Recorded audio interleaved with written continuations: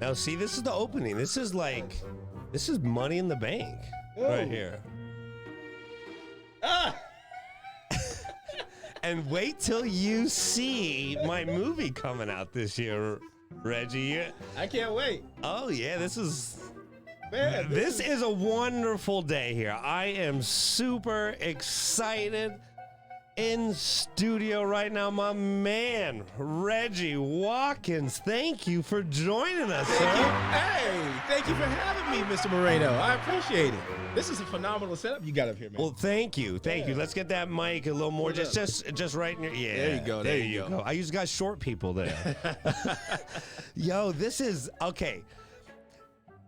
Before I get into anything, the man in studio today, actor. I know you're an actor. We're going to get into what else and who else you are. Reggie Watkins. Now, I knew you from taking my money in poker before I knew anything about what you do and what he currently does. He's one of the characters, avatars, one of the players in the new Call of Duty Black Ops Cold War. Yes, sir. Now, for those who don't know what any of this is, because this is a big day also for Call of Duty because this is the official start of their season. What Call of Duty basically what it is, it's a first-person shooter game that I've been playing. Oh God, I would have to go back and guess 20 years. You're a fan. Well, I'm one of the top 10%. Oh yeah, I'm more than a fan. You're good.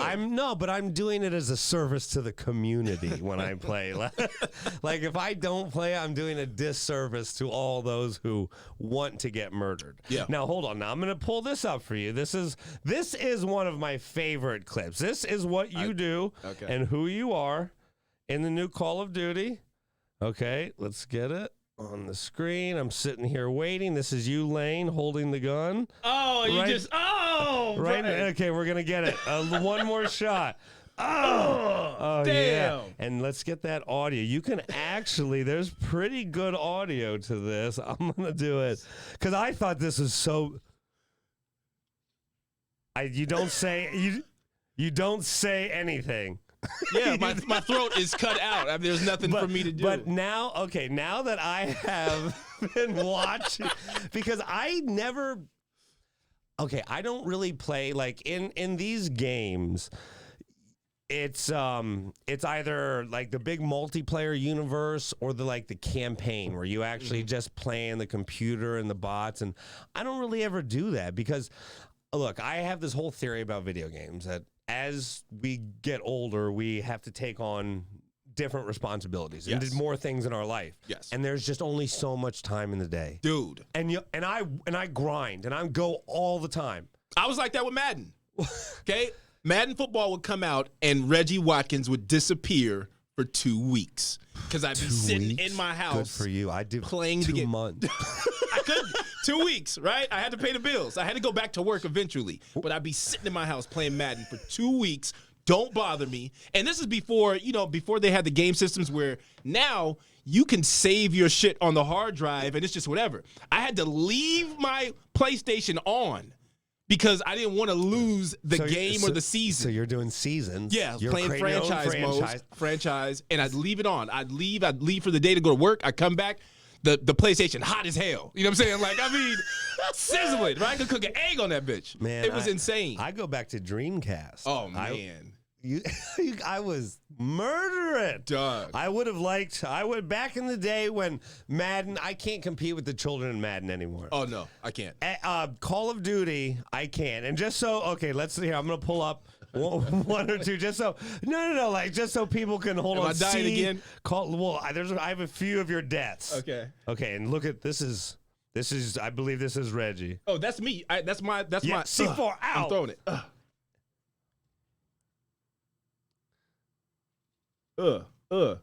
Like, nice, right? Like that.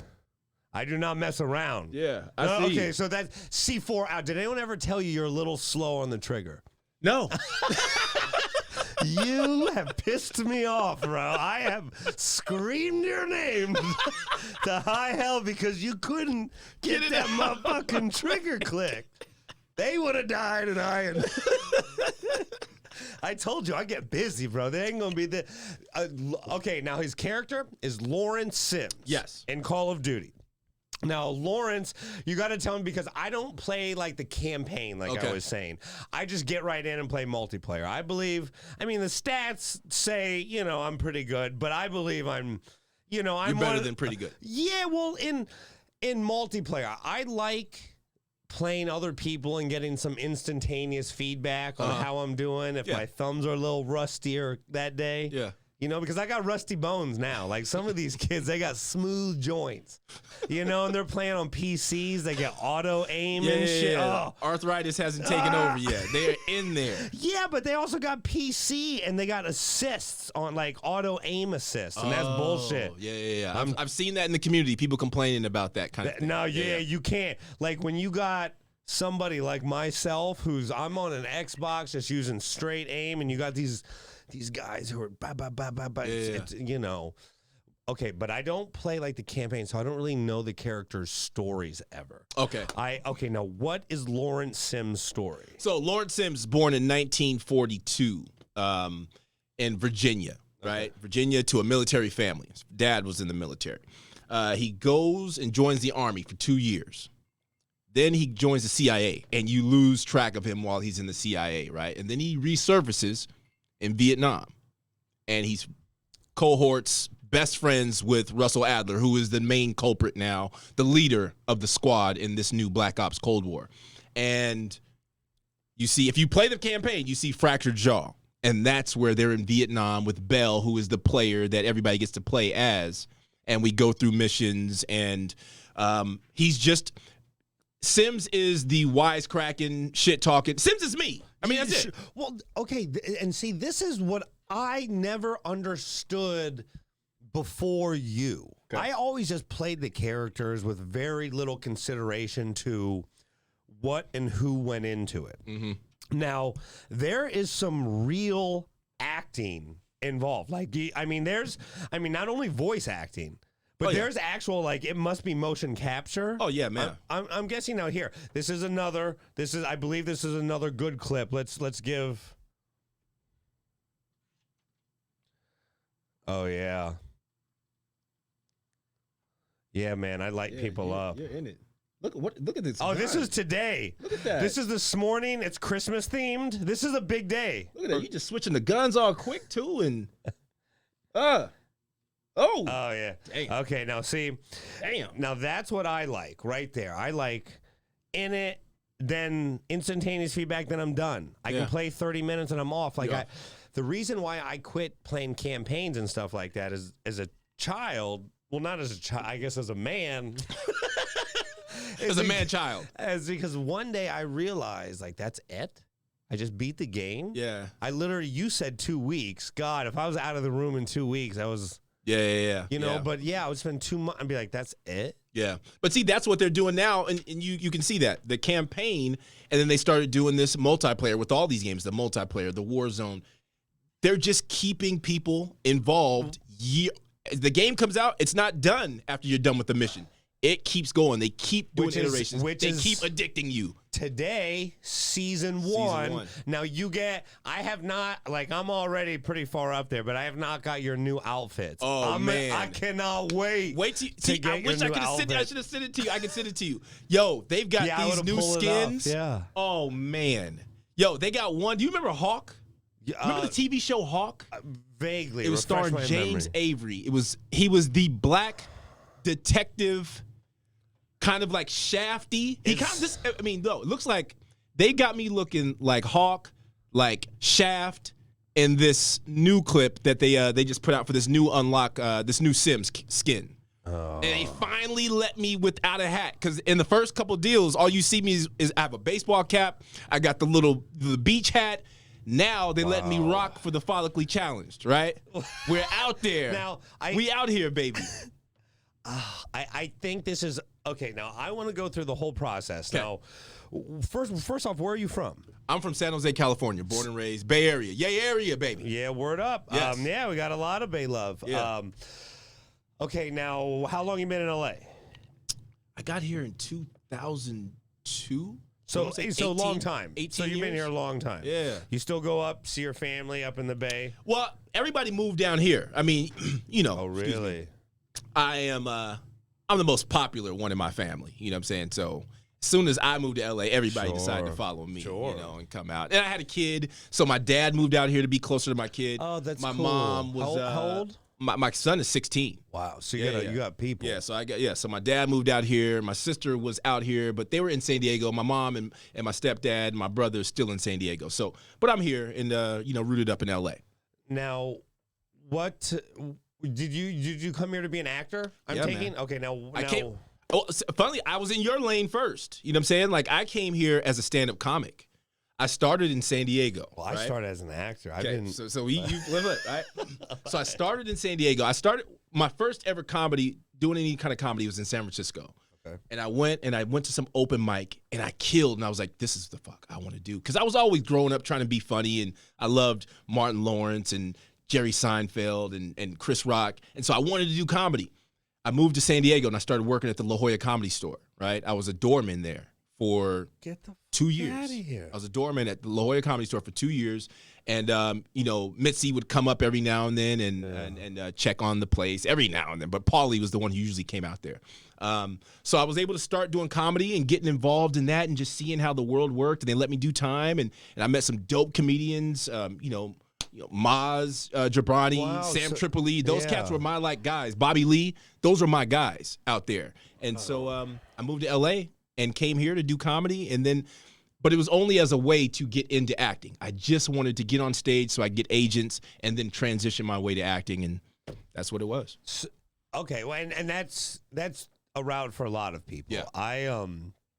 I've always viewed myself as my art comes in my ability to speak. Yeah. And you're good at it. Well, thanks. Sometimes I go, it's gotten me in plenty of trouble. Let me be clear. Yeah. So I thought acting, because I've been in the union 15 years. Yeah. I worked real hard to get in. I did background work. I did everything just to get on sets. Yeah. Get my SAG card, book a couple pilots that never go anywhere. Mm-hmm. Like, they literally never. That's what happens. Yeah, no, it's definitely what happens. And I just, the minute I got on a stage, I felt some different connection because I got instantaneous feedback, like I'm talking about in the video games. Yeah, yeah. Like, I didn't have to do an audition and wait for somebody to, the gatekeepers seemed, now I realize how wrong I was, but it seemed like there was less of a gatekeeper. Back then? Well, in comedy. Oh, like, okay. I could just get up on stage. Yeah, well, I think there's some merit to that, right? There is a way you guys are in control of what you're going to do. I mean, of course, there is the gatekeeper as far as the venue. Yeah, well, who owns it, who's going to let you do in your front time. of HBO and Netflix and tell me there's no fucking Yeah.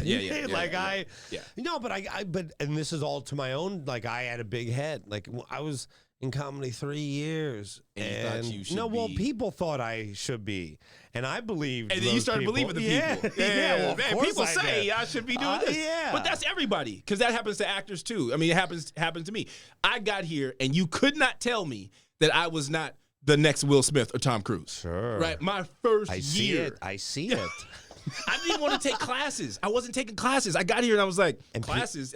I'm just natural. I don't need to do this. People don't understand how you got to be on your craft. You got to be. Like, all these people want it so bad, but they don't want to put in all the time. I coach actors as well, right? Yeah. So I talk to people about this all the time. You have to, acting is, for me, acting at its base is listening and responding. That's all it is. True that. You are not coming in here trying to act like something. No. You got a given circumstance, and you listen in that circumstance, and you respond to what was just said and how you feel about what was just said and how you feel about who just said it to you, right? And then you've got to do that on camera and make it look like it's the first time you've ever said it, and these words were not written for you. That's the job. And people don't get that. Like, they think you just show up and you're on TV. No, there's so much shit that goes into it. So, and because I went to Stella Adler. Mm-hmm. Like, one of my degrees in college, like, that was a lot of waste of time. Paper mache and shit. But I still remember, because I always felt like I could bring life to words in a very natural, smooth way. But when I would see certain people who could do things that I don't know if I could in 1,000 years, like they could bring life to characters, but those weren't my characters. Yeah. So I would get fascinated by, and I would work harder just to maybe just get a sniff of what I saw they could really do in the way they talked about human interaction in an artful way. I had never heard that before. Yeah. And I became totally enthralled with the process. And that's why I hope, like, I get chills even talking about it. I get chills right now listening to you talk about it, for real, because it's so real. And I hope I can end my career helping younger or up-and-coming people, just because I feel like there's going to be a generation that kind of loses their way a little bit because of social media, some of the pandemic, some of the fact. Hey, Roberto, could you bring that High West in here? We got to talk about that too, though. We got to talk about the High West. Sure. Well, but the instantaneous feedback that I talk about, people get off social media. In a way, here, they get it off social media. Thank you, my good sir. In a way that I think is very bad. Instead of like I feel like, I don't know, where did you get it from? You seem like a grinder. Like, man, you know what, Brian? Is it your family, or did you see it as my family, a kid? right? I think it's my family. Like, my mom raised me, my brother, and my sister by herself. Is your son a grinder? Yeah, he's getting there.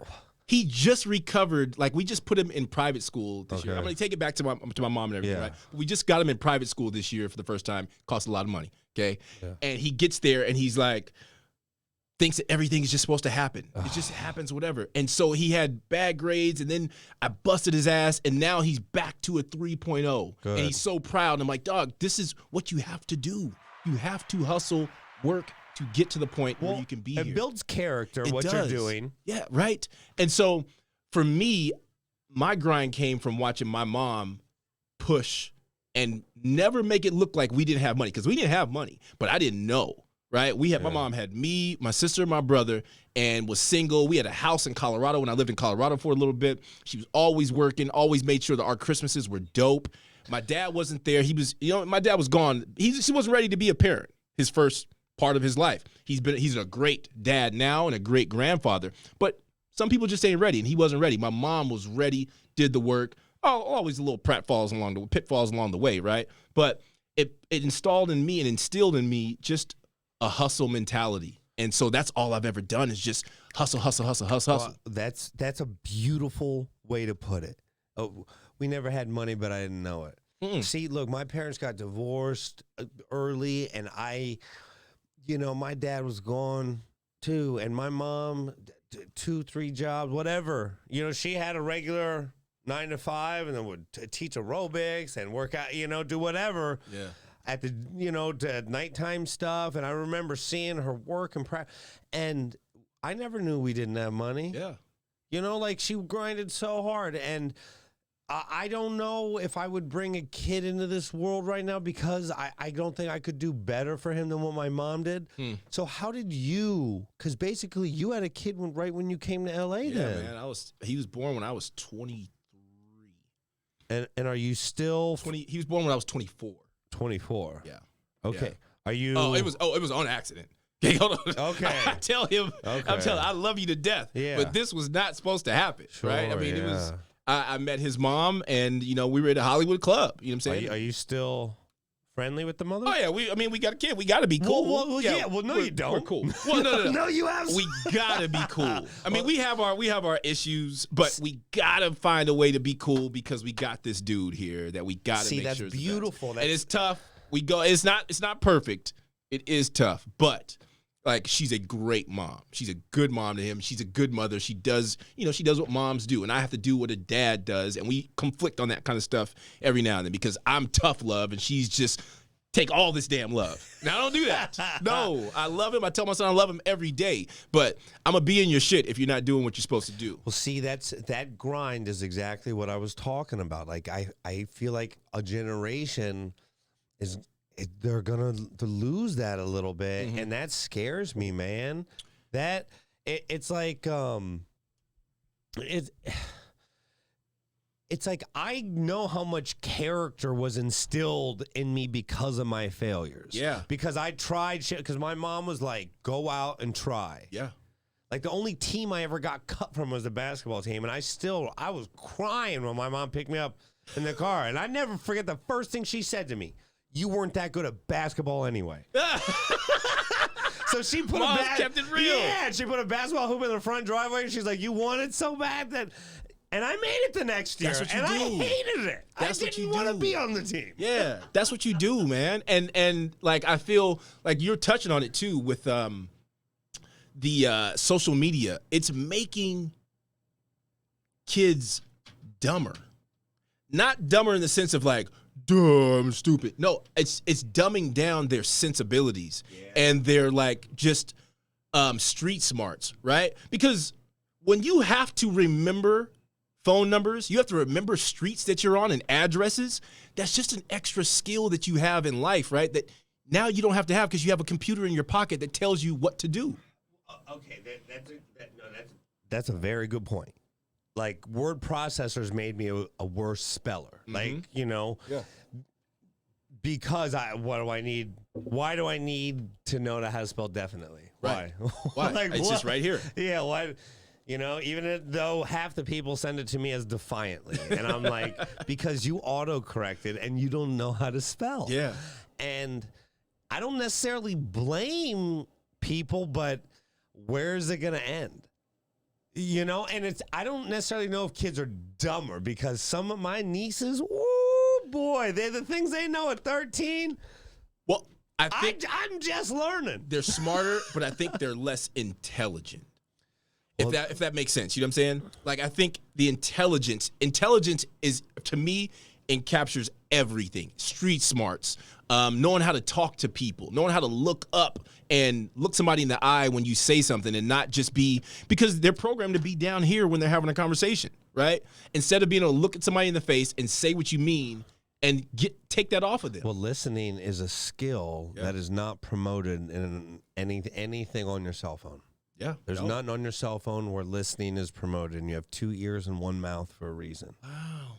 And that's a theory. Yeah, I got the sign up there. You got 2 ears and 1 mouth. I mean, you see Hazel's rules right there, but no, it's like listening is. You can't yes and somebody if you don't listen.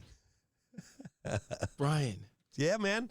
I wish that sign were bigger. When I bought it, I was like, it should be 3 inches bigger. That is fantastic. But yes, I mean, these are things that, like, look, that's for our groundlings, you know what I'm saying? Groundlings, Second City people. You know what I'm saying? Yeah. Okay. Well, for me, I go by one principle, one ethos. Do what you say what you mean.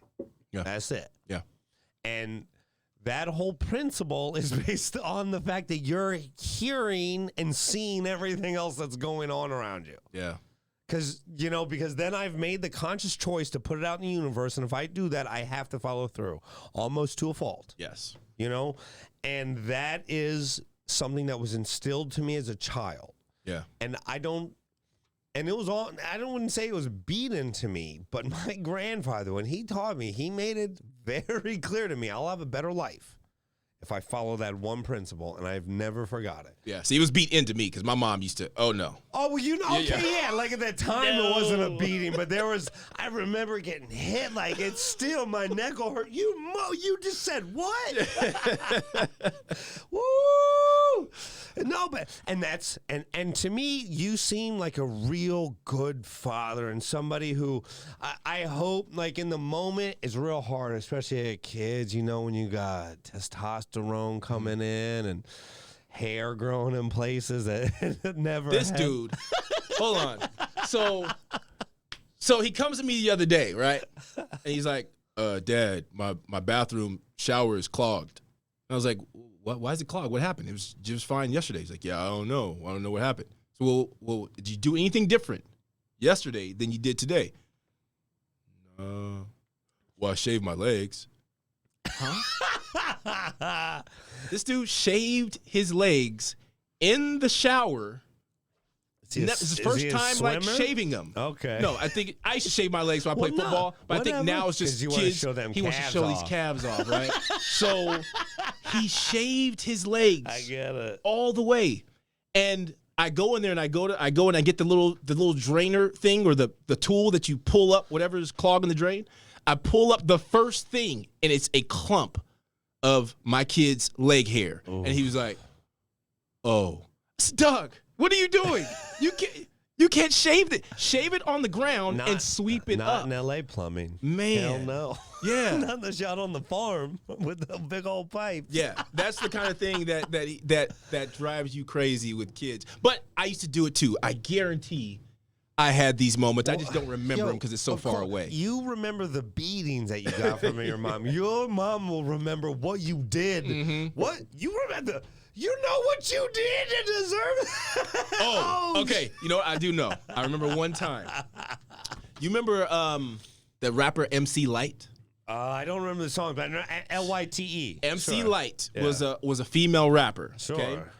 Back in was this the Brat days kind of? No, way before. She was one of the first. She was one of the first like superstar female rappers, and she was running this 1-900 contest. Okay, you call her 900 number and you get to name her new album. So I was calling this 900 number all day, all the time for a summer. Okay. Ooh. That phone bill came back. People don't understand. 900 numbers back in the day, they used to phone companies used to get us. Oh, I know. Okay. That 900 number bill came. And my mom whipped my ass like I remember that to this day. Oh. Yeah. Mine MC Lyte owes me a piece of my ass or a couple $100. MC Lyte, she's not that old. Oh, no, she's not that old. And she used to work out at the 24-hour fitness Sherman Oaks. Your paths and I saw her. Cross. Right? I saw her. I said, yo, you owe me. I was just thinking, I might be able to make this happen. Oh, man. Mama took it out of me. I know a lot of people in the music business. Mine was the CD. Remember, you could order all them. The penny? Yeah. And you tape the penny? Whatever, yeah. My mom got some bills. Random I House? CD, yeah. I had CDs to the CD. Columbia Records? Like, I'm not... Columbia House. Yeah, like boxes. Yeah, we all did it. We all did it. I can get 12 CDs for a penny. And so I got like 112. And that bill came, man. Oh my goodness. Oh, that is hilarious. I love this. We're talking about life and everything, and we haven't even got to Call of Duty. We got to Call of Duty for a second, but I'm just loving it. Call of Duty's look, man, I'm going to throw up another clip just to show you how and then I want people to know what I'm drinking and why I'm getting so comfortable here. We got to talk about that. Well, no, this is what I do is it's more derivative off what the old Howard Stern show. Yeah. Like, you know, like, don't get me wrong, Joe Rogan changed everything for podcasting. But he never, like, a lot of this stuff, him and I just don't relate on. Like, I'm not a UFC guy. I'm into, like, regular sports, video games. Yeah. You know, like, some of the conspiracy theory stuff is fine, but some of the people they bring on are just so, like, crazy. Yeah. Like it's just too much for me, you know. And I'm an alien guy, like, and I vet out a lot of theories, but this whole room and this thing that I'm trying to build, it's for especially guys like you and me we've been in this town in this business, God, forever, man. Yeah. And we gave our life, and you got not only, I mean, we're gonna get back to Call of Duty, a crazy break. Like with this, but it's like there's no way you could have planned to book Call of Duty. No, there's just no. What you don't even know, right? So that's why I want to get to it. Now, hold on, we're gonna pull up. We're gonna pull up more. Crazy. Like, this is man. This is a real. Yeah, right there in your eye. This is today. Boom. Look at this. A new gun. This is my brand new gun. Yeah, my little launcher. Get down. Oh, right there. Reggie goes down. Now, see, I want to hear. No, I want to hear. Okay, now, when you take a hit like that and it's going back, is that you? No, that's me. That's you. So Yeah.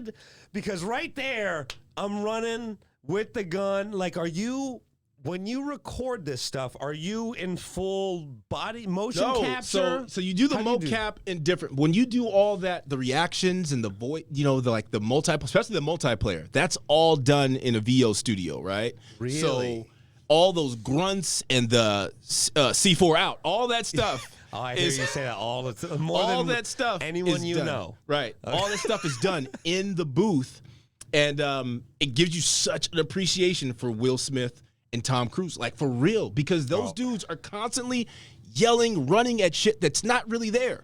You're sitting in this VO booth, grunting, yelling, calling things out that are not there. You're getting shot at, you're yelling. You don't see it. You just have to make it believable. How do you get yourself up for that, like every time? Every time. Well, I know that we're going to do this session, and I know that my voice is probably going to be strained. So they give you a week. You're around it for 1 week. You got one session this week, and then they'll set it up for the next week. You're not going to do back-to-back days of grunting, yelling, all that stuff because your voice just can't take it. But it's just I make believe.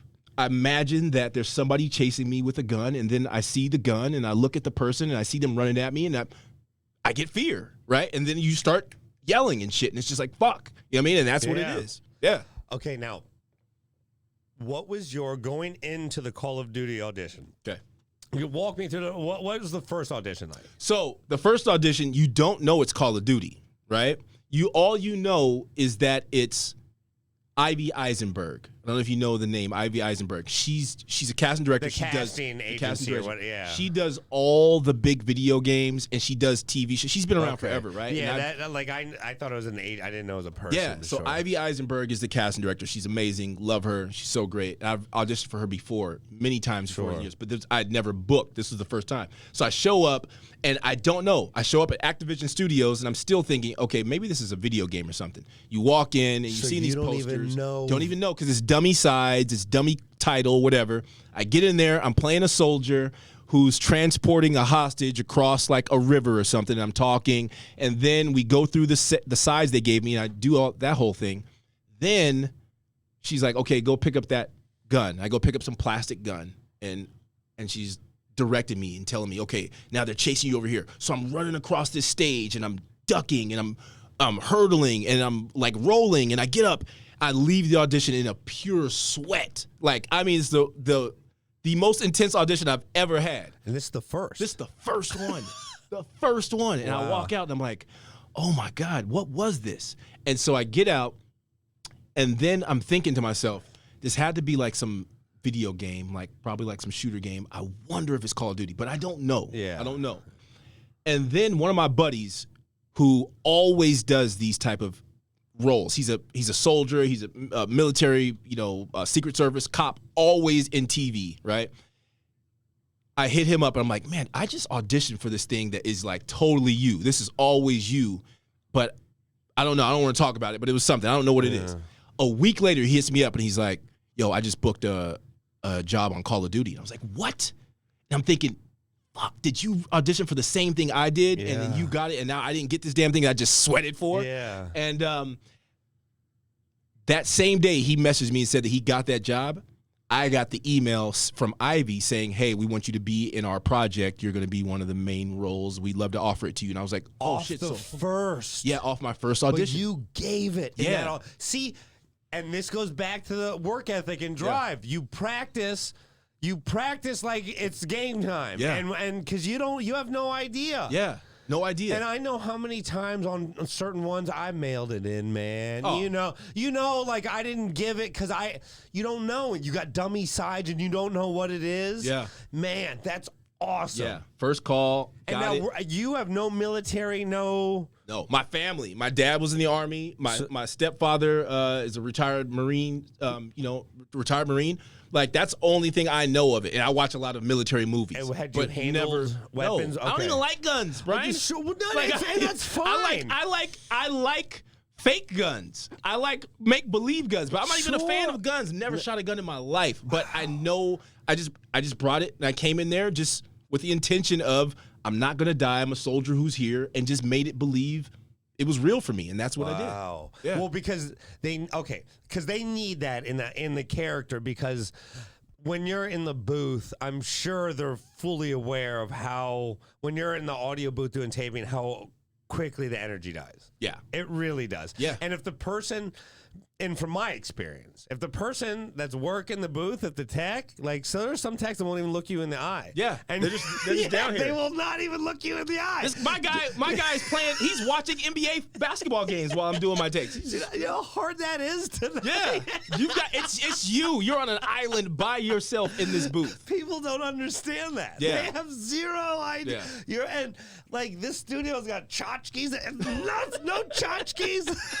And it literally may be the size of a European shower. Yeah. Like No. Well, no. We're at Formosa, and So I will say that it's nice. So we're at a really nice place. But you've been in the little ones. Yeah, I've been in the little ones. This one was like, I mean, literally like the size of this, maybe a little bigger, and they've got a whole professional setup. But we're doing it during a pandemic, so we're on Zoom, and I'm talking to the director and the director of like the campaign and the multiplayer, and we're doing different days. But my tech there in the room, he's not even, that guy's just on his computer, and when he hears like, let's take this one or two, whatever, or they do that, they punch a button, and then they go back to whatever they're doing. But I'm like looking at a TV for my direction. Holy shit. So this was, what's the timeline? When did you find out you booked it? Well, I booked it, I want to say I booked it March of 2019. March 2019. Okay. They give me the email and they say, yo, we want you to play this character. Cool. I don't hear anything back. These for like games are in development. 2 months. For Yeah, they're a in long development time. all the time, right? So like 2 months later, they say, okay, your first shoot day is going to be like May something, right? Yeah. I show up in May, and we don't even do any acting that first day I show up. It's just me. I get there, and they're doing all these photos. They have me in this like crazy prism-looking thing where they're taking pictures of everything I do, every movement I make. I'm speaking 1,000 words. I have to do the alphabet, all this stuff. And I'm like, what's going on? Then they come to me and they say, yo, you're going to be one of 2 people in this game who we're using your likeness and your voice. So wow, that is what. Pay bump? Well, you know. Okay, just making sure. I'll be your agent if there's problems. So yeah, that was the deal. And then so we did that, the pictures and all like the capture of just my face and movements, and I did a photo shoot and all this stuff. And then we come back, and then I meet all the other actors, and we're on set doing like the scenes, which is what is in campaign and what you see if you actually play the campaign. Brian, you don't play the campaign, but if you play the campaign, this is oh man, some of these actors, phenomenal, bro. Well, they really get the best people. It's insane.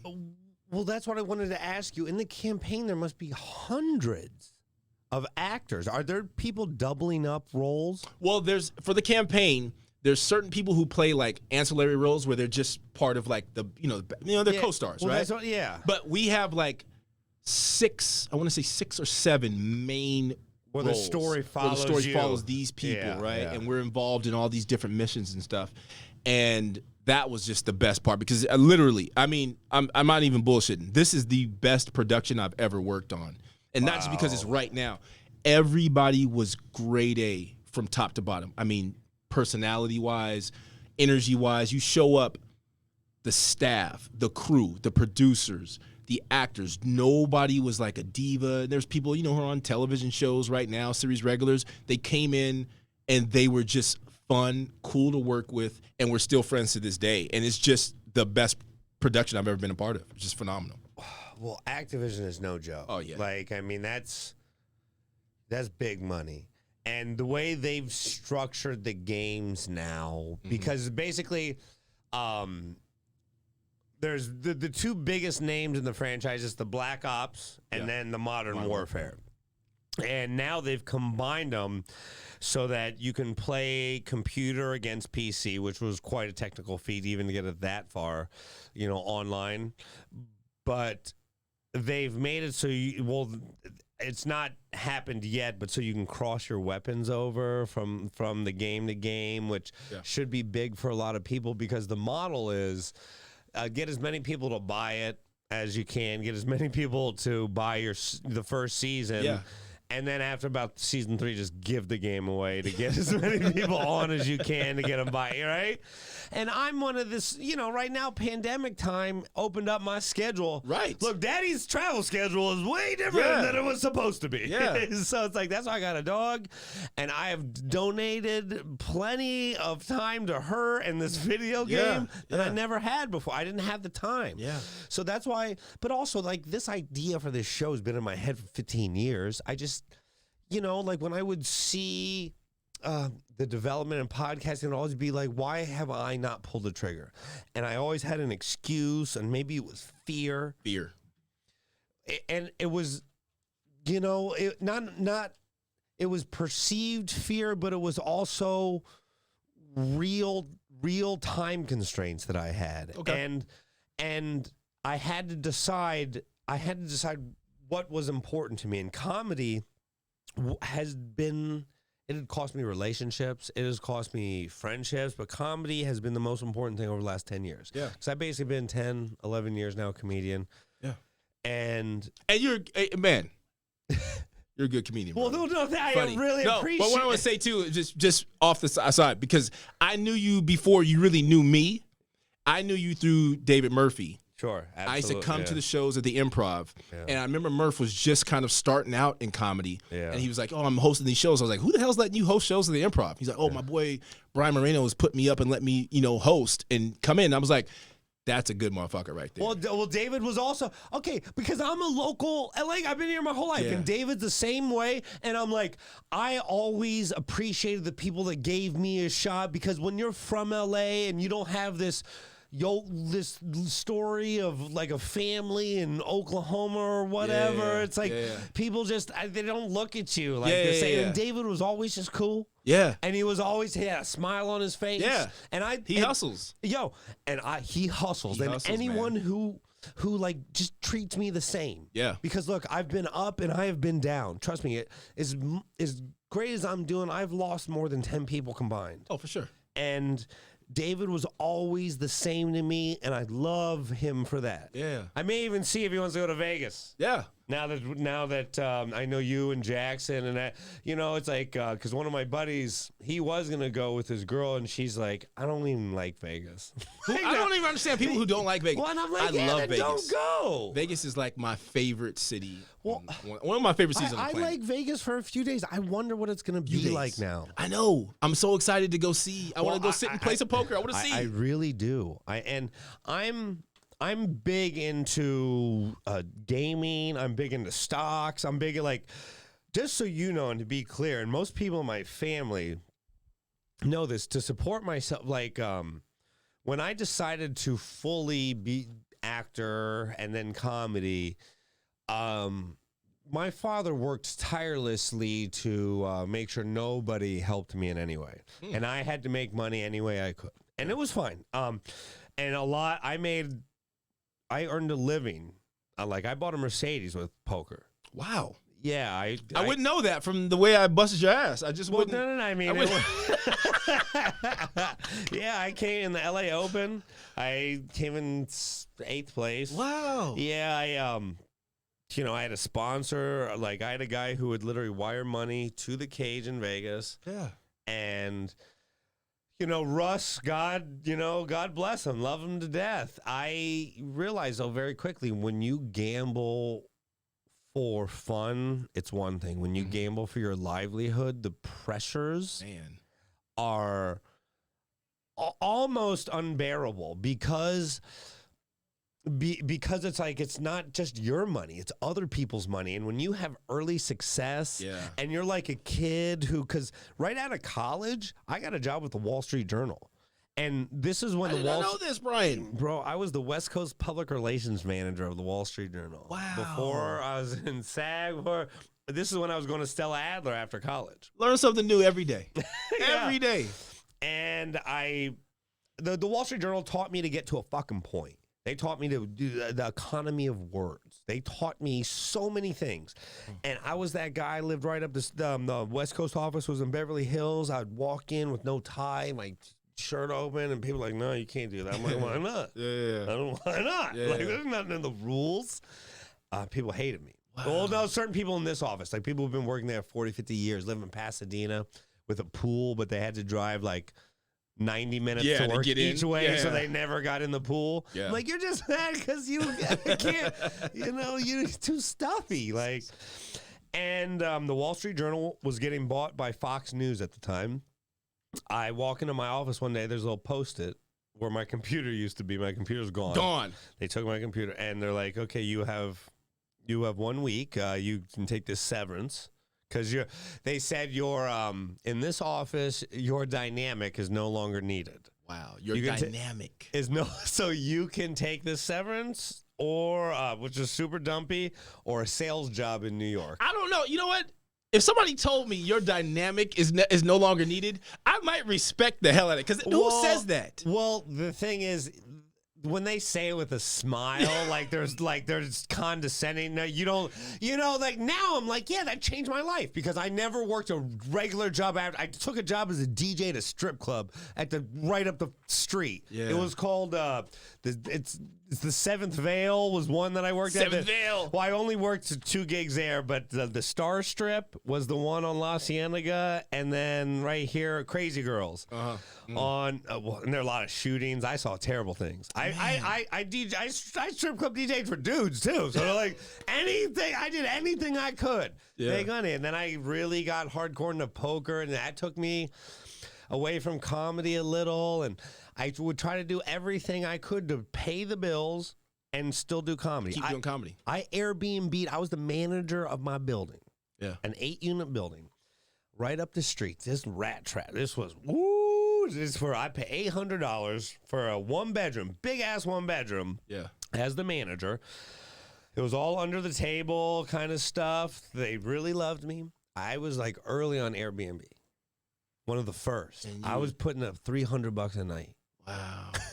I was printing money at the spot that was open. You had a and I was the manager. So if somebody I would tell the guy someone rented it. And now, were you cutting in the owners or no? Absolutely not. Oh yeah, so you didn't let them know. You didn't even let them know. No, and then and then I wrote it till the wheels fall off, and they were like, we were getting complaints, and I'm like, I don't know what you're talking about. Yeah, that's crazy. About? And then my neighbors started doing. They moved to a different unit.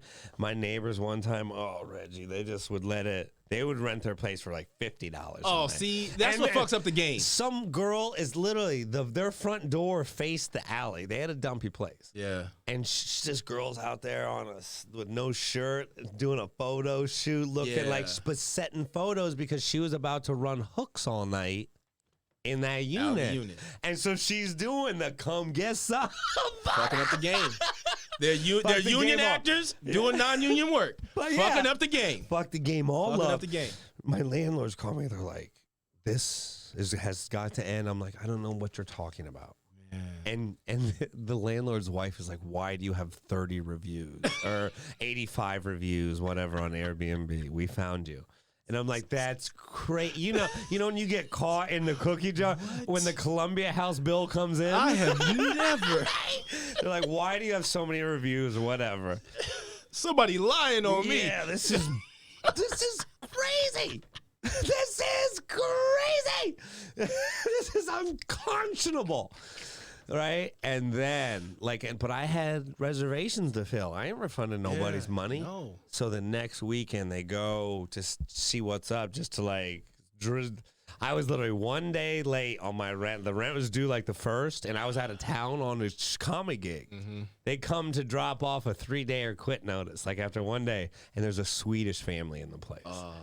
Beautiful, 6'3", blonde hair, not Brian Moreno. And the Swedish family sends me a photo of the 3-day or quit notice. Yeah. And they're like, and the Swedish family's like, you only pay $830 in rent? Oh, wow. We're paying you that for 3 days. Got him. Time to move out. Yeah, so Find a new job. So that and that's I moved in at the time. I had to shut everything down. I was moving in with one of my girlfriends, and it's like that's why it's about how much do you want it sometimes. Yeah. And I'm afraid that some of these kids aren't going to know how much they want it. It's like private school is great for your kid, and God damn it, he's getting a better education, and he's being around people that he's going to make better connections with. It's good for him. It's good if you get to go in person. Oh, yeah, man. That's my struggle here. We're paying. What a point. We're paying for this kid to go to private school from home. You could pay for him to go to the University of Phoenix to get a college degree for less money. They got us, Brian. They got me. And I should have known. I should have known this private school. This is a private school that's really a good school, right? My son he wasn't a 3.0 student or anything like that. He was, he had like a 2.5 maybe his last year at his public school. And so we applied for the school, and they were like, yeah, come on in. Like, hold up. Shouldn't he have some? They're like, no. We really like this kid. No, they liked that they were going to be on Zoom for the foreseeable future. Let's get all this money from people coming on Zoom right now. So they brought us in, and then you're stuck. So I tried to put some parameters in place. I was like, yo, you need to keep a 2.5 or we ain't paying for this no more. Yeah. And he kept the 2.5, so I'm keeping to pay for it but now. The thing is, you want him going there. Yeah. The name is enough, right? So we're paying basically for the name. So when he applies for colleges, they see that he's going to such and such, school. It'll matter, hopefully. Maybe there's somebody there. They know they've got a pipeline. We'll help push him get into whatever school he wants to get to. So that's what we're paying for. You know what I'm saying? We'll see. See, I just went to a state school. So, I mean, it just depends. But the thing is, I believe you can get wonderful education anywhere where there are people that care. Yeah. Because you'll find great teachers. Everywhere. You just have to apply yourself to get the knowledge. Well, sure, exactly. Put the work in. Anywhere people care. It's like you can get great online education. Oh, great online education. Yeah, you can't. You just have to care. You have to want to do it. That's it. Now, does he have any idea what he wants to do with himself? Well, he started out wanting to play basketball. He's a really good basketball player. Yeah, I mean, really good basketball player. Good basketball player. But he doesn't have the killer instinct. He doesn't have it right now. You know what I mean? And sometimes it takes a while for that to develop in people. He's got all the skills. He just doesn't believe that he should be busting people's ass.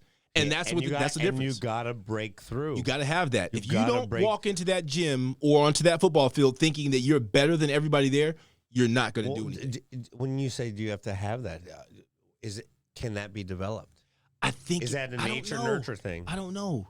Like, for me, I grew up playing football, basketball. I played football until I was 21. I never, ever walked on the field. I don't even care if there was guys who were better than me. I didn't think they were. I walked on there thinking I was the best player every day on every team I was on. Even if I wasn't, the only way I could function was to think I was the best player alive. That's the only way I did it. Where'd that come from? I don't know. But that's part of everything I do. My wife, even when I was younger, I never thought that any girl should say they don't like me. I never felt that way, Brian. I've never felt that way in my life. My wife, I met my wife in Vegas. I never thought that I would not be talking to this woman or she would not be my wife or my girl. Well, sure.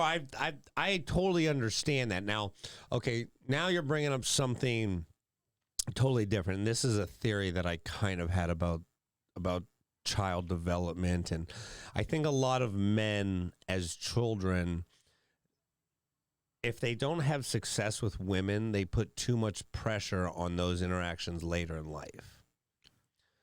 And they become weird and this is why a lot of women, they have fear. And because men, they lose their fucking mind sometimes around a pretty girl for no other reason than something so superficial. Yeah. It don't matter. There's pretty girls everywhere, and for every pretty one, there's plenty of dudes that can't stand their shit though too. Yeah, don't forget that. Yeah. No. Every pretty girl you've ever wanted. No. Every bad woman, there's somebody who's tired of her shit somewhere. Ooh. right? Yeah, and the opposite. And the opposite. So totally. Exactly. Oh, you know, how many people are tired of my shit. I get it. Like, and you know that, and I feel like you had success as an adolescent, where you wouldn't put so much pressure on these individual interactions where you either, you know, and you say, I never felt like she shouldn't be with me. Well, you probably, if she wasn't with you, you weren't going to lose any sleep over it either. It was like, yeah, whatever. You were going to be fine. Yeah. But that's the same thing with acting, too. You got to have that skin where it's like, I'm going to hear no a million times. Well, I don't give a shit. Like, okay, I do give a I'll lot of take shits. it out, whatever. Give me the no's. I got to get the no's to get the yes. Which one? Yes, but which one? Some of them hurt. Some of them hurt. You talk about the pilots. I've been there. I've been at the network tests. You know what I'm saying? Where I thought this was the one. This was the one. I was gonna get it. My life was gonna change. I'm gonna be a millionaire. No, it don't happen. I go home, drink a little bit for one day and feel pissed off, and then the next day I'm back at the grind. You have to. You have to be able to get up. Yeah. And getting up off the mat, that's, okay, take me back to young Reggie. Okay.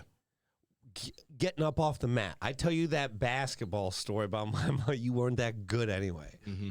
Fuck, maybe it's me. Maybe I'm the and that's why I worked, and I had to get up, and that was a real get up off the mat moment. Yeah. What was yours? What, dude? Any like, and it doesn't have to be the one, but there's got to be something that sticks out in your mind where you know that you were proud that you stood up under whatever adversity, and were better for it. Because that having that happen early in life does set the stage for later success. Yeah. And you don't see it in the moment. You really don't. You know what? There's one thing. Okay.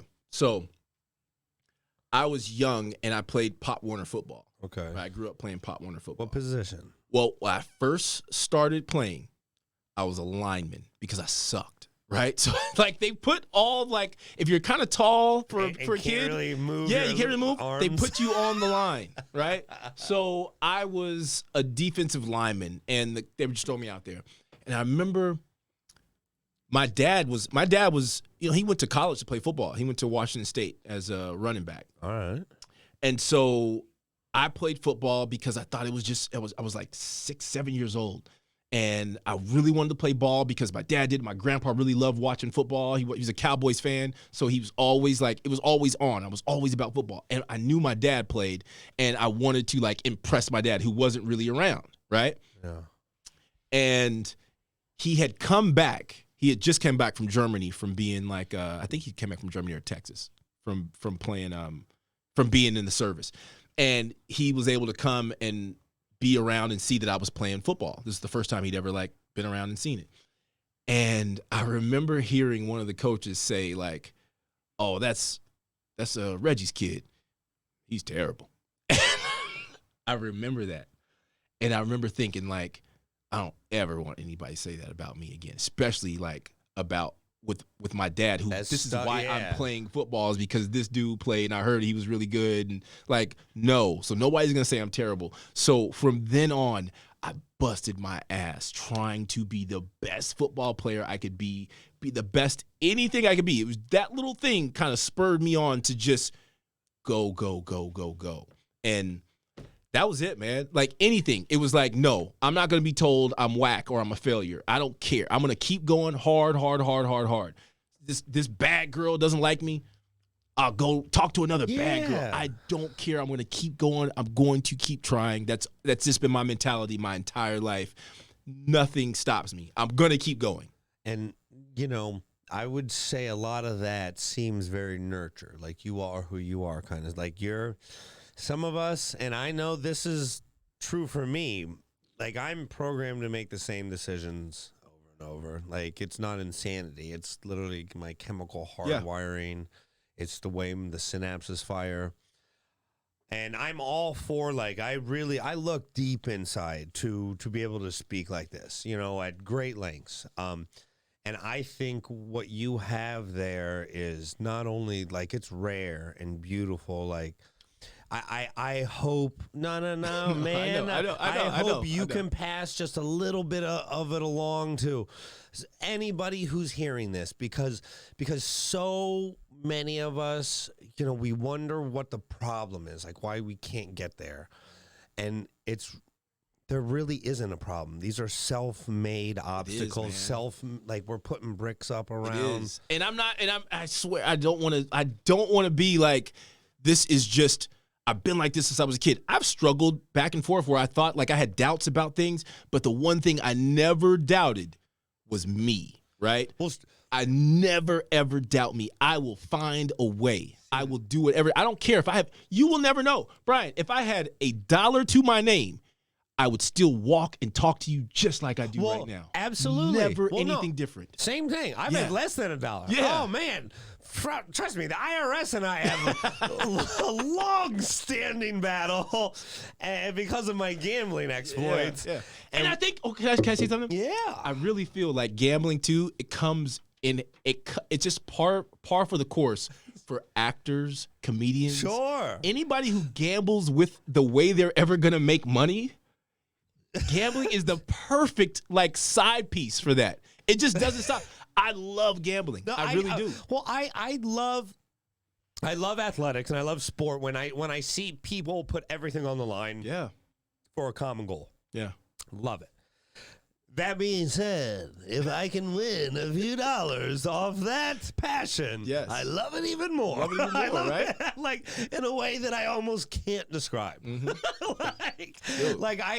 When I see competitions, like I'm not into singing competitions, but it's like I get it. You sing. Yeah. Any competition where people put themselves out there, I love it.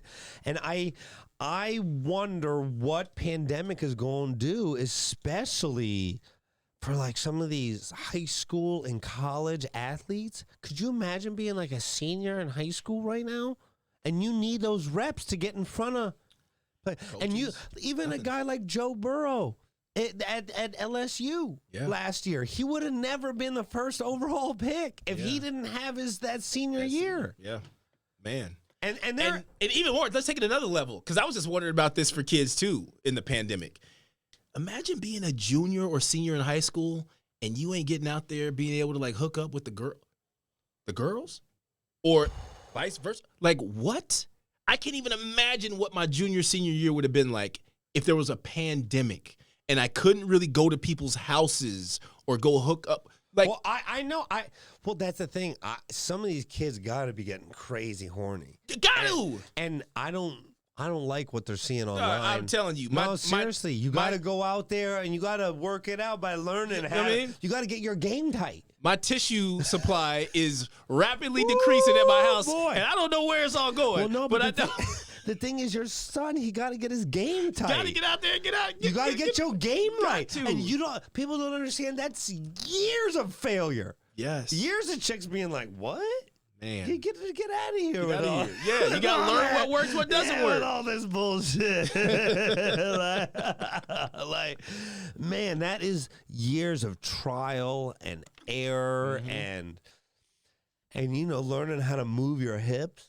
You know what I'm saying? All that. School dances. I think about young man, I didn't know where the right, you say you were a lineman because your right arm didn't know where your left arm was going. Didn't know nothing. It figured it out because you worked it out, man. Yeah. That's, oh my God. Now, let's get a little more Call of Duty because I got more videos. Okay. Now, are you still recording? No, I'm done as of right now.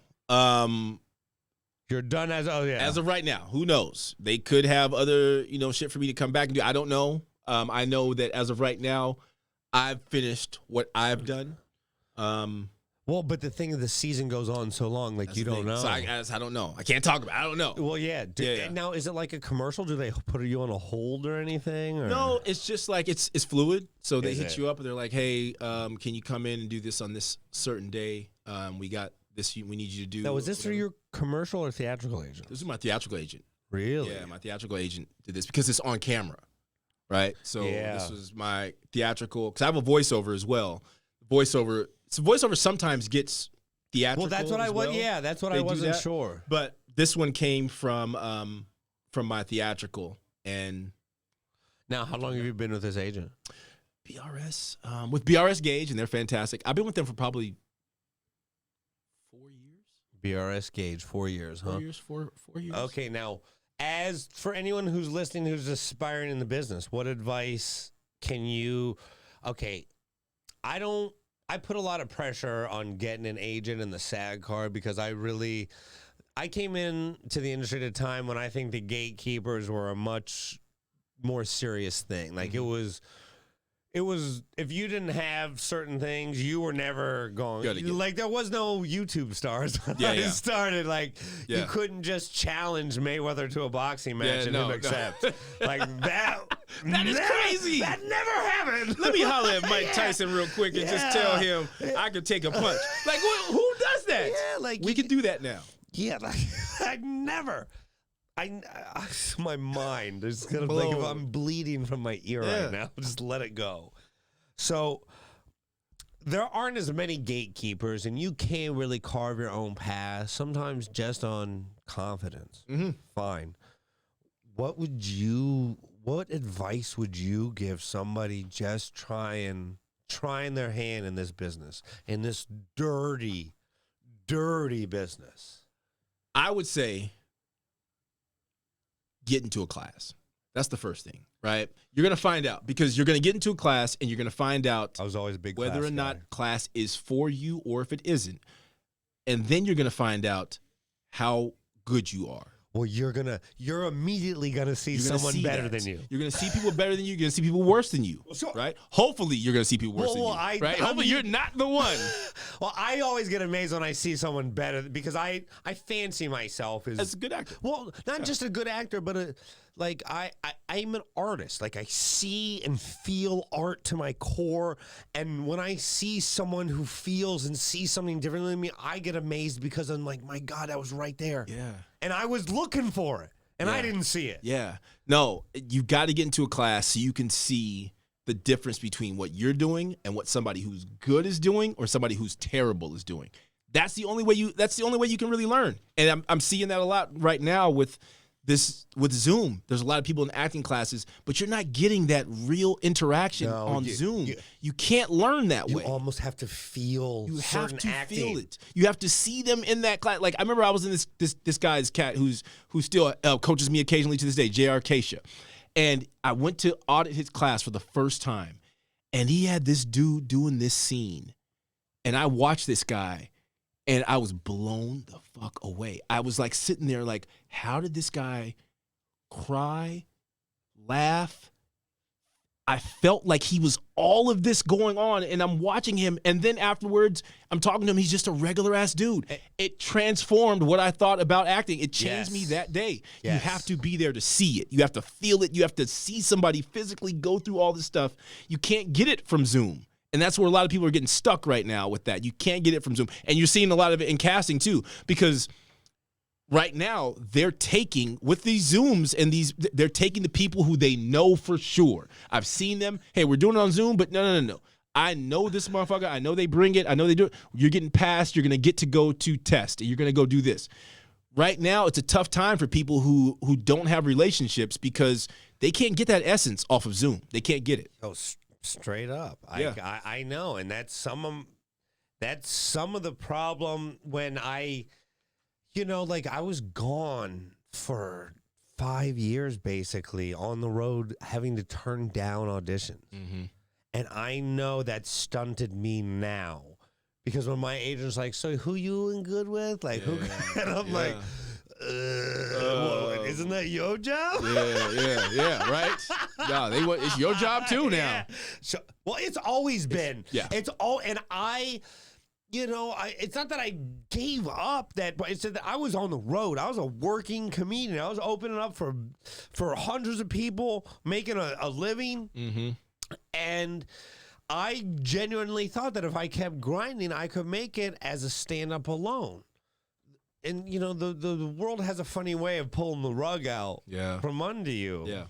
You got to have multiple streams. Well, not only multiple streams, Reggie, you got to be able to pivot, man. Your head not only always has to be on a swivel, you can't be that person who's afraid, who's talking about how things used to be. Bro, music industry. You know what I'm saying? Woo! CD. Oh, this is it. Streaming kicked your ass. You know how many 21 to 25-year-old singers I know that are good? Yeah. That are good, but they sound just a little bit like this other person who's already made it. Or you do nothing. And the industry you ain't gonna get no backing from no label unless you're brand new. Yeah. And what the fuck is brand new anymore? Because everything they tell me is new, I've already heard. I already heard it. Ain't nothing new under the sun. I've seen this shit. You know Don't get me wrong. Like that new girl with the body, yaddy, like that's dope. But I've seen that for 30 years. I can tell you how this is gonna go. I already know what's gonna happen here. Like, that's great. Yeah, no, man, it's insane. The industry is just flipping on its head constantly. But you got it, like you said, you can't be afraid to change. And I used to be one of those guys, like younger. Like I was thinking, no, you can't do this. I remember I used to hate on, not hate because I'm from the Bay Area, we don't hate. But I always kind of was like, ooh, says you. I was always kind of like, this is some old dumb shit. This ain't gonna last, right? The YouTubers and the what was that app that was pretty big? The Viners, right? The Vine guys. Yeah. So I was always kind of like, this is a passing, fad. It's not gonna be nothing. I did an episode of Key and Peele. Sure. With King Batch and Alfonso Macaulay. Okay, don't talk to me about his comments. Okay, yeah, but the acting. Okay, so I show up on the set. And I'm like, I'm about to be working with these Vine kind of cats. I don't know. But Alfonso's always been the actor. He's been in the game for a long time. So I show up and I'm like, damn, what are these cats going to be about? Let me watch. Bro, they put in so much work. Like, these Vine guys, all day, all they did. For one Vine. That's all they did. For one Vine. All day to get one thing that was going to hit. They shot this shit. Every time they had a free second, they were talking about what they could be doing. Gave me a new appreciation for the hustle that these cats had and the pivot. It's like, okay, you got to take on new mediums. You can't just sit here and say, I'm just going to audition and try to get a film or a TV. No. So Instagram is blowing up with these things. You got to be willing to adapt and be willing to put your work out there. Put it on Vine. Go to Twitter. I talk to my son every day. Yo, what's new? What are you guys doing? Because my son doesn't even watch TV anymore. He doesn't even watch TV in his room. We have a TV in his room he does not use. He watches TV on his phone, to have to cover his laptop. cover the TV with a sheet so my mom wouldn't see the light going under the door, so I could be watching like Jay Leno or when Chris Rock came out on HBO. I remember I was supposed to be asleep in bed and I'm laughing. He's in bed with his phone watching TV. That's what he does. He doesn't even watch the TV that anymore. Phone, man. So you got to figure out what the next thing is and be open to adapting to it and just go.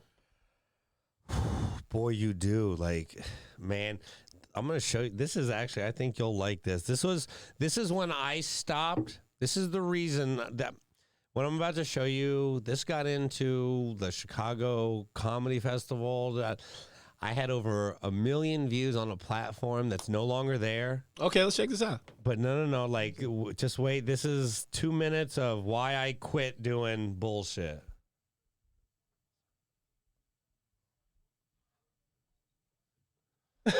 Roy.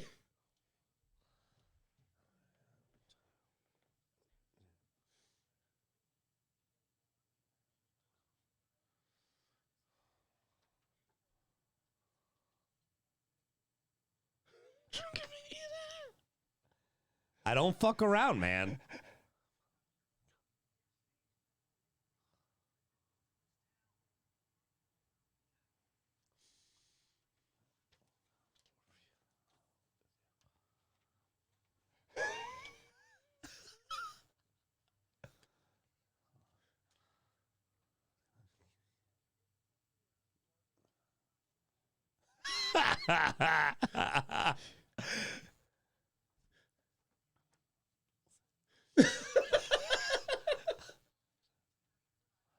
Funny.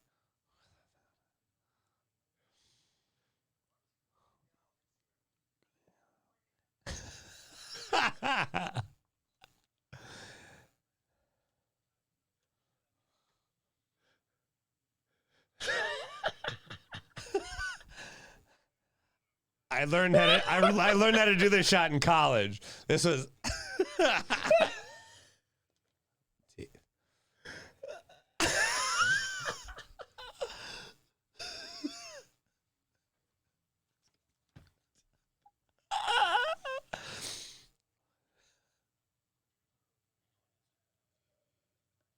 Oh, Amir.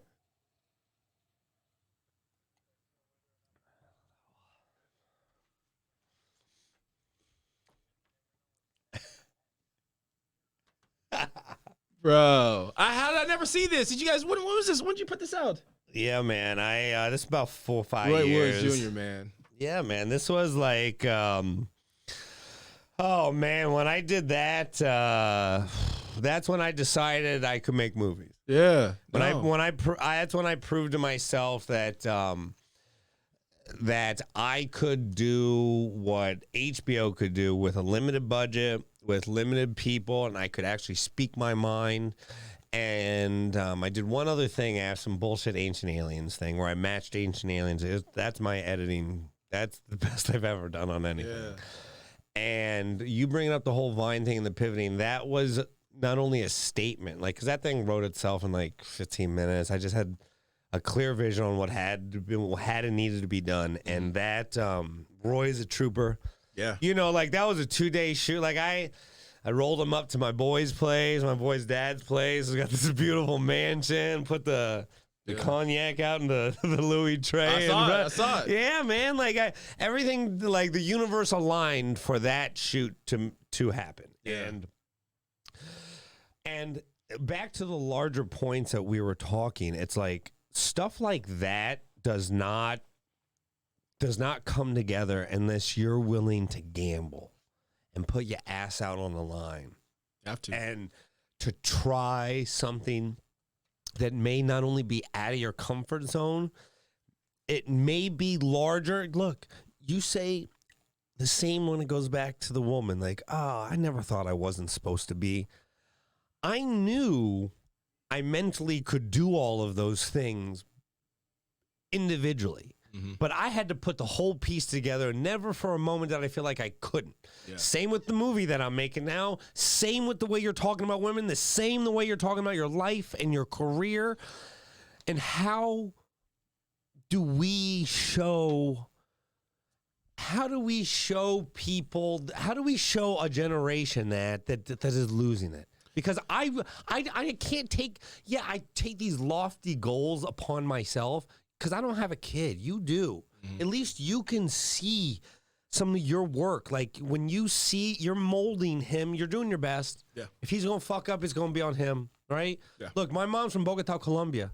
There were 2 rules. Don't die, don't go to jail. Yeah. Right? If you do, it's on you. If you see Pablo run, right? I mean, no, he was a nice guy as long as you didn't cross him. That's what I hear. Okay? No, if you see him, you might have your hand out. Because you might be handing out hundreds. Right? Mas. Bastonero. Yeah, okay. That's where my mom grew up. And all my mom, that side of my family, the Colombian side, they're so smart. They're so smart. Some of the smartest people I've ever met. But they have a grind and work ethic that only comes from maybe it comes from a lot of different places, but it comes from who you are or childhood adversity. Yeah. I think that's what it is.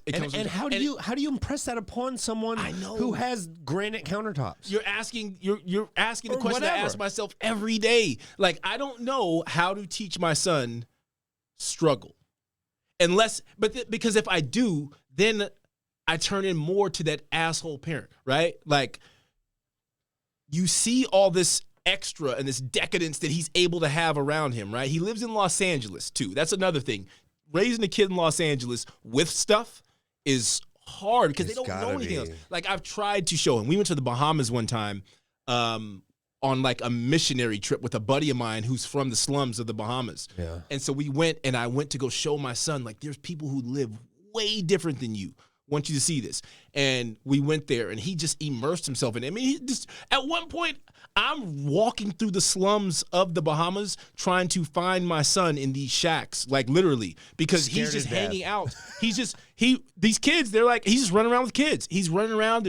There's houses. He's very adaptable. Yeah, he adapted. Like. He jumped in. There's houses with no windows. There's houses with like cardboard covering up the windows so that they don't have to have like air blowing in and whatever. He just jumped in. So I wanted him to see that. And that's what you try to do. You try to show them and you try to like make it a little hard for them. But at some point it's like, you know, I try to take his phone away from him. But when you take the phone away from a kid in 2020, you're basically like killing them. You know what I mean? It's like it's so hard. It's a balance and it's really tough. But all I can do is try to do what feels right to me. And then I fuck up and then I'm like, okay, that was wrong. I'll do it differently this time. You know what I mean? Well, so he's a guinea pig. See, that's beautiful that, like I say, you're talking about adaptability. It took me a long time, and this is why I compliment you. I will compliment you until I see otherwise, but when it comes to your parenting ability, like you're a gift to your father, and you should be very proud because, look, not everyone is capable of the same emotions, and it took me a long time to realize this, but my father was not capable of the things that you were talking about. Yeah.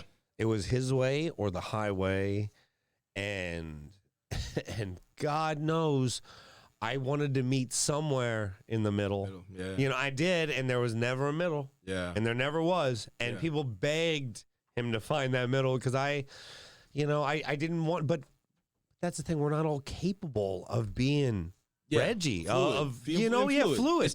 It's tough. And I didn't start being fluid. I started as like, this way because I knew how my mom raised me. But then I also knew how my dad raised me. My dad was like my roommate because I didn't really know him as a kid. Yeah. I knew him as like a teenager. And so he wasn't like enforcing rules on me really. I had no curfew. Were your parents divorced? My parents were, since I was a baby, child. I get it, yes. Gone, right? It was like split. And my dad wasn't around until I was he didn't come back really in my life until I was maybe 12, 13 years old. And then when I was 12, 13, I went to go live with him, and I saw a different dichotomy. Like, my mom was like, nope, you're going to do this because she had to be that way, right? She had to be like a ball buster and be on you because she was by herself, and she had to raise a teenage boy, basically, right? Does your mom understand the Call of Duty role? She sort of. My mom is just like, she's just excited about it. My mom thinks I'm like a superstar now, right? Yeah, but it's crazy. And so she thinks she takes it more than I do. I'm like, Mom, relax. It's just a little article on something. She's like, oh, you missed a big time now. I'm like, no, Mom, trust me. It's not that big. It's just a little article. Let's show your mom this is what you do. Let's hold on. Mama Watkins, right? And Watkins? Webster. Mama Webster. Here you go. This is what your son does. Boom. I'm evaporating women. Is that what you say, Mom? No. Like, one more time. Let's get the audio. Oh, see, I don't know what this is. There should be audio right there. We're here. No, man, I am. There we go. Yeah. Right here. This is what your son does. Boom. Done. Look at that hand, though. You see the hand with the gloves, too? Just, and then he dies. But see, you have a real good reaction. I want to tell you, when you do a lot, I be high speed. My profile is a beast. No, okay, now talk to me about some of the motion capture. Like we're getting to like you, Reggie. I knew this was going to be a wonderful interview because I'm having so much fun. Well, I could tell I liked your spirit, before I met you. But and then I took your money too, so I didn't change anything. There's a lot of different ways to describe what happened. We came to a gentleman's agreement. So I would like to have another opportunity to take your money back. Well, no, I won that night. I came. Okay, let me be clear. It's a house game that we play here, and there's about 8 of us, socially distanced. Yes. And it's winner. Winner gets basically not take all, but a lot. And Reggie had me dominated, and we made a deal where I took some, but he came in first and took most.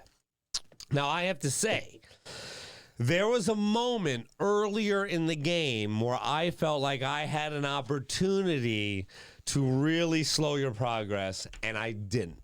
Why didn't you? Scared money don't make money, and I was scared. I was scared because you were running hot. I just knew at the time you were bullshitting me, and you were. You showed me, and it stuck with me. And I've learned that, too. I can't be showing people shit. But it stuck. What do you mean? I've been thinking about it for weeks. I've been watching Poker Stars. I went home. Me and my wife watched Poker Stars. We watched World Poker Tour. We watched everything we could find poker.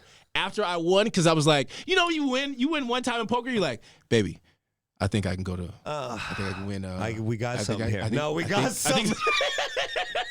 I'm on to something. I think this might be something. And my wife is so dope. She's like, my wife like big ups me. Sometimes she'll cut me down just a little bit because she knows I got a big head, and I think I'm like I'm the shit.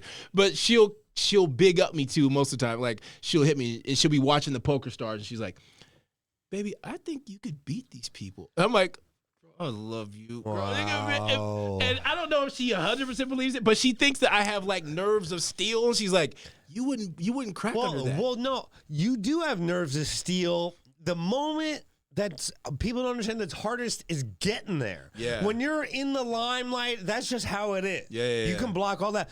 But getting there, the struggle to know that you got to drop those pocket queens when a king comes out.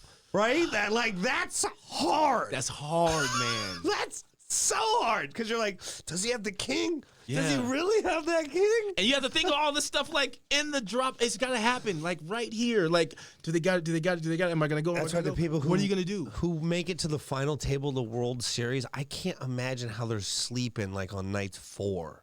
Yeah. Because that's like night 5 and 6. Like, because you're actually starting to imagine it. Yeah. Like, you're starting to imagine the big prize.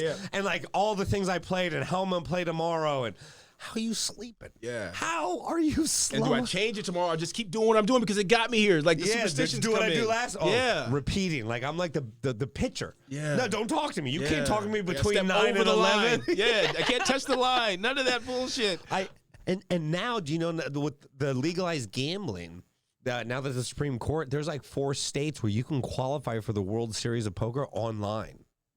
Yeah, you can qualify because we haven't been able to do that in like 15 years. Yeah, but not in California yet. You can't do it in California. Yeah. No, it'll be because I would be doing it. Well, it would be, or I'd be homeless. It would be a little. California's a little slower. Communist California is a little slower, but eventually, these states are going to need to. They're going to need the gambling revenue, and they can't let it go away. And hold on, you mentioned stocks. Yes, sir. DraftKings. Where are you at? And this is just I don't want to take any tips. I just want to know what you think. I was in. Put it this way. I was in DraftKings at like 21. I was in DraftKings at 21 as well. Okay. Now we're about 50 right now. 50 and change. Like 40. I think it's like 48, 49. 50 and change today, I believe. Today? I have to watch every day to make sure the market isn't crashing because Well, we got this new stimulus that they talk about. I think it's going to give us a little jump. God, man. And stimulus is probably already priced in right now, but I got to tell you, I don't know what it takes to get like a local representative fired, like local government, like senators, congressmen, but all these people, they should be ashamed of themselves. Well, they should be on a third stimulus package there's no way you can tell people don't work and not pay them. It's fantastic that you bring that up, Brian, because it segues right into the shirt that I'm wearing. Yeah, man. Valley of Change is my nonprofit organization that I started. And make sure I have all this because it's going to be in the body of the show. Nonprofit organization I started around the civil unrest that came from the George Floyd murder and Breonna Taylor murder, right? Yes. It was just started as a protest organization because I wanted to get involved and show my son some activism, right? Positive activism. Being out there, just standing up and stand up for what you believe in, right? Black Lives Matter. Should not be a political statement. Black lives matter, indigenous lives matter, Mexican lives matter. Anybody who's marginalized, their lives matter, right? That's what we should be standing up for. 100. I happen to look like this, so my first inclination is Black lives matter. And then I fuck with people who are indigenous, so indigenous lives matter. I fuck with Mexicans. Mexican lives matter, right? I'm about anybody who feels like their people are struggling or anybody that's oppressed. I want to help lift them up. And so I met LaTora Green and we started this organization, and it started as a protest group, but then it turned into a community outreach and community education, right? And so how we get these senators, these congressmen, these city council people, especially in LA, because city council in LA runs this fucking city, man. There's 15 of them. Yeah. There's 15 of them, and they run one of the most populous cities in the world, right? We're their boss. They're not our boss. We elect them. Absolutely. So what happens is we have to hold them accountable. If they don't do the shit that we're asking them to do, then we hold their feet to the fire. The craziest thing to me is Kim Kardashian, who doesn't do a damn thing for you or I. For anybody. How many, besides sell some shit, has how many million followers? But the person who enacts the laws for you, who votes on your behalf, supposedly 700. has 700. Dog, they get 20 likes on a damn post about economy. And you're like, what the thing fuck? Is, they will change regulations and laws that make it harder or easier for businesses to actually open.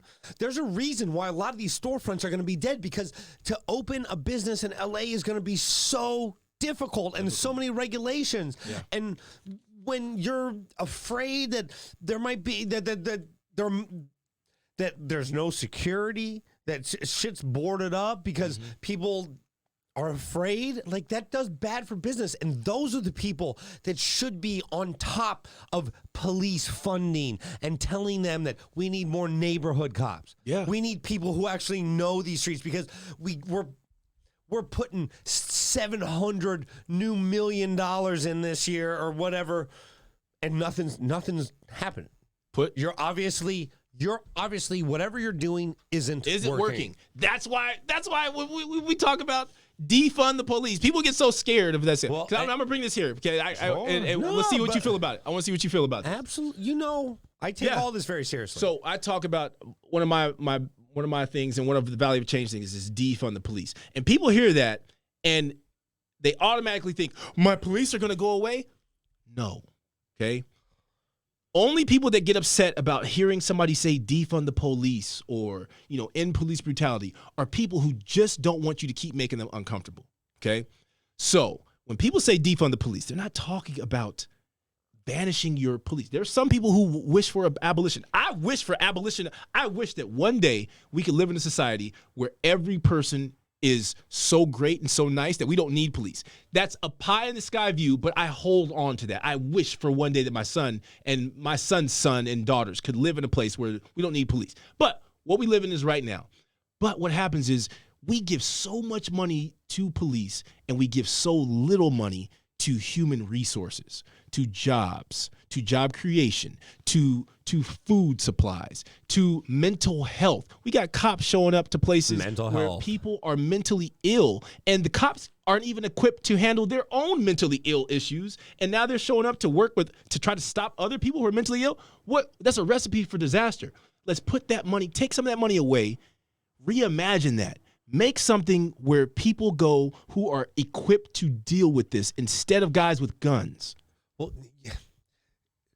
you're absolutely correct. The issue that I constantly run into is that the system is so set up to not change.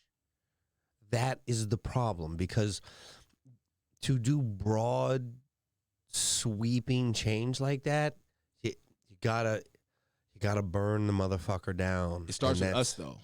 We have to vote. We have to vote the way that it changes. It absolutely starts with us, but the way, once a politician gets in there, don't vote him in no more. Stop voting him in. Well, that's why I say that all the politicians in there who aren't working on your third stimulus, get them out of there. This is crazy. We should be getting money. They're telling you to stay home, and they're not paying you. This government wastes so much money. Man, look. I get it. In Italy, my sister lives in Italy. They joke that in America, they just put money in helicopters and throw it out. Fine. I don't care about our economy literally runs the world. Yes. If we don't throw the money out like that, everything comes to a grinding halt. Yeah. And right now, the economic change is basically similar to like if a meteor hit the Earth. And it's... And then guys like Mitch McConnell can just stay in Congress for 20, 30 Dude, I love this. We're talking about this. Get rid of this shit. You can't, give these people. I know, but see, this is what we gotta start doing. Get rid of the electoral college. I know. Well, get rid of fucking I know. 2-term, 3-term. Like, yo, okay, the president. This is something I talk about all the time. How do you make change like that? Because it's like the whole thing is when people are in power. This is the flaw by design with our system. Is like every layer of every layer of government is like a circle. Mm-hmm. And the more people you let into the circle, the less powerful the people who are already in the circle are. And nobody wants to give up power. That's the problem. That's the thing. And I think we have to change the way. No. Thank you, though. That High West is phenomenal. The High West is delicious. This is, and we're gonna wrap soon, but this is good stuff. This is also something that not only you're passionate about and got a great fucking logo. I wanted to tell you with how hard Union Designs made this for us. That's absolutely. Thank you. Yeah, Union. Send me any information you want me to include. Yeah. Because it's like, even if I'm just getting a few thousand reviews, if I can, one person. A few thousand, man. If one person watches this and it makes a difference, we fucking won, dog. Yeah, absolutely. That's it. And that's why I was afraid for so long, because maybe people were just tired of my bullshit or hearing, but I got a lot of thoughts, and so do you. And to be able to present them with minimal filter or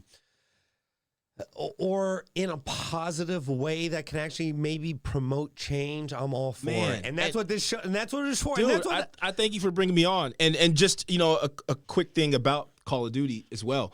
Like, I mean, it's a military game, right? It's kind of like it's a shooter military game. And so most of the people, hell, you would assume that most of the people that play that game probably think a certain way about guns, about the country, and things like that, right?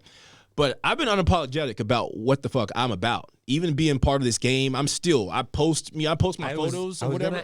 I still post my Black Lives Matter. I post my get registered, vote, do all this. Hey, fuck, these politicians who aren't about what you're about. I keep that. And overwhelmingly, the community that's become my fans, I got a message the other day from a dude. I forget who this was, man, but this dude was like, I came here for the Call of Duty celebrity, but now I'm getting like him actually saying some shit. I fuck with this. I'm like, yo, that's dude, awesome. It was so awesome, man. Well, that's the thing. I feel like a lot of people aren't going to know the depth of you until they look for it, and just because I never did, bro. Yeah, like but you gotta have these conversations for us to get it right. I opened the show up that way, letting you know that I was not only ignorant to some of your layers and depth, I was absolutely impressed. Every little fucking thing that I turned over, every stone that I turned over about you, I was extremely impressed. And God damn it, I will preach that till the very end, Reg. Oh, man. Appreciate it. So this is interesting to me because I thought about it, but I didn't want to ask. Activision has they're totally cool with you, man. I got to big up Activision here because awesome. I'm about to do something. I'm probably going to put it out tomorrow.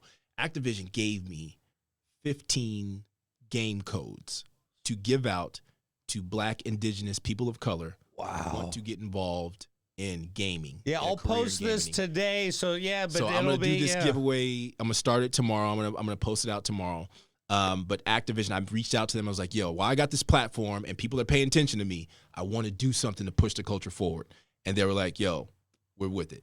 And Activision's dope, man. Wow. They've been cool. Activision, Call of Duty, Treyarch, Raven, the people who make the game. Everybody's been so dope. My PR team, Icon PR, they've been amazing and being the go-between and making this all happen. And, yeah, man, Activision's been so dope with it. Wow. Yeah. See, that's great to hear. Like, I it passed my mind, but I wasn't sure. Now, what do you think about this? This is a real interesting. I'm curious to hear your thoughts. There's a company called Coinbase. Yes. That's where basically where I used to buy my Bitcoin. Okay. Now, they've taken the corporate stance that they offered all their employees, if you want to post about whatever you want to do, fine. You can, but not if you work for us. We'll actually pay you like a 6-month severance to go find another job, to find a place you're more comfortable at. But if you work for us, it's just about business. Yeah. I thought that was a very interesting move. I think it's interesting. Right? Because I don't behoove anybody who says, yo, I got bills to pay, I'm going to take care of it. Everybody can't be Muhammad Ali. Everybody can't be Colin Kaepernick, right? Muhammad Ali even more than Colin Kaepernick, right? Because Colin Kaepernick made his meals and he was able to, but he still put his career on the line. Yeah. But Muhammad Ali was facing jail. Colin Kaepernick wasn't facing no jail, right? Yeah. Muhammad Ali, there's people, everybody can't be a martyr for a cause, right? People do it in different ways. I'm gonna take this money and I'll go and I'll do it on the backside. I'll do something else. Sure, but let me get this money. Yo, I don't behoove people for doing it. Hey, Coinbase, if that's how they want to work and they want to put it out there and they tell you, I'd rather fuck with somebody who tells you exactly what the fuck they're about. Do what you say what you mean. Exactly. Just tell me. This is what you want? Okay, then you give me the choice. I'm either gonna keep working here or I'll take this damn severance. Me personally, I'll take the damn severance and bid out and went somewhere else. Yeah, That's just how I rock. I would have too. Yeah. Well, because I always take money in hand. Yeah, give me the money in hand and I'll bounce and I'll go somewhere else. Yeah. Like, I'm not going to sit here and you tell me how I can live my life. I'm not going to do it. But I understand if that is how it goes. So, before we wrap up, man. Yeah. Do it here. I come bearing gifts. Oh, my goodness. Got you a nice Call of Duty. And I got some Brian Moreno Show. I got a shirt for you, too. I love it. Yes. So this is yours, man. That makes me extremely happy. Yeah, I wanted to bring that to you, and I appreciate you having me on, man. It was great to get to know you, and thank you for giving me the platform. I appreciate it. It's just always good to talk to good people, man. I have to tell you, anytime you want to come back, because I don't know what's going to happen with the Call of Duty stuff, anytime you want to come back, promote anything you're working on, like, I'm here to stay, just like you, motherfucker. You live here. Just like you. I literally could not go anywhere else. Like, if I was like, where am I? My mom's like, I guess you could stay on my couch in D.C. I've never even been there. Yeah. You are a man amongst boys. I have to say, Reg, like, you are so impressive and so... you are a lot of fun. I'm just trying to live, man. I appreciate it, brother. Thank you so much. This has been the Brian Moreno Show. I am with the one and only Reggie Watkins, also known as Lawrence Sims. This guy, I got to tell you, look him up. All of his social media will be in the bio. Check out his charity. I'm going to do everything I can. The next time you need me to do something for you, don't be afraid to reach out. Yes, sir. Appreciate you. I love you, sir. You're awesome. Thank you.